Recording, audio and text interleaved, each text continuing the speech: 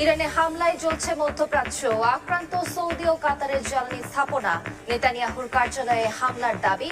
কুয়েতে 3টি মার্কিন বিমান বিধ্বস্ত। ট্রাম্পের আলোচনার প্রস্তাব নাকচ তেহরানের।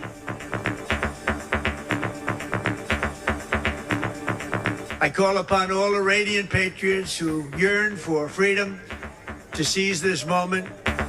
মধ্যপ্রাচ্য সংঘাতে নিহত 2 বাংলাদেশি, আহত 7। বিমান চলাচল স্বাভাবিক হলে ফেরানো হবে মরদেহ। আটকে পড়া ও প্রবাসীদের দুর্ভোগ নিরসনে ব্যবস্থা নেবে সরকার। বাংলাদেশের 2 নাগরিক নিহত হয়েছেন এবং 7 জন আহত হয়েছেন। এটা আমাদের জন্য একটা বড় শোক বার্তা। আমাদের নাগরিক যারা এ সমস্ত দেশে আছেন তাদের সম্পূর্ণ নিরাপত্তা এবং সুরক্ষা দেওয়ার ব্যাপারে তাদের পূর্ণ আশ্বাস দিয়েছেন।